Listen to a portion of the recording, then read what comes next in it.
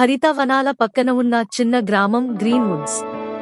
పిల్లలు ఆడుకుంటూ, పక్షులు కిలకిలరావాలు చేస్తూ జీవితం ప్రశాంతంగా గడుస్తోంది. కాని ఆ వేసవి సాయంత్రం అంతా మారిపోయింది.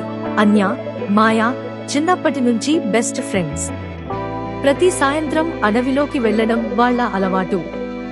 కాని ఈ సాయంత్రం సూర్యుడు కొండల వెనుక మాయమవుతుండగా ఆ ఇద్దరూ నవ్వుకుంటూ అడవిలోకి నడిచారు.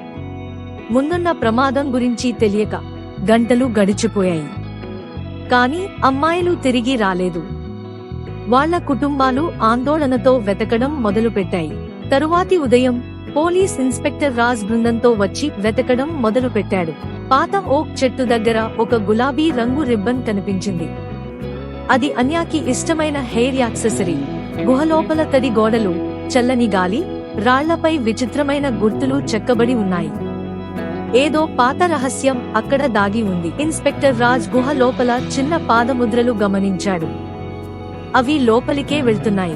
అకస్మాత్తుగా గుహలో మృదువైన గుసగుసలు వినిపించాయి.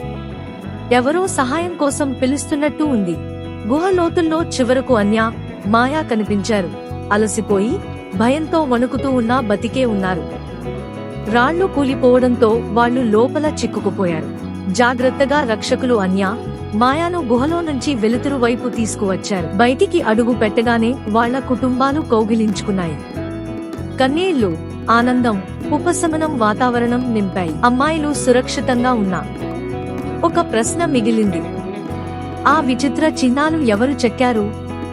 గుహలో వినిపించిన గుసగుస. ఈ స్టోరీ నచ్చితే లైక్ చేయండి, షేర్ చేయండి, సబ్స్క్రైబ్ చేయండి.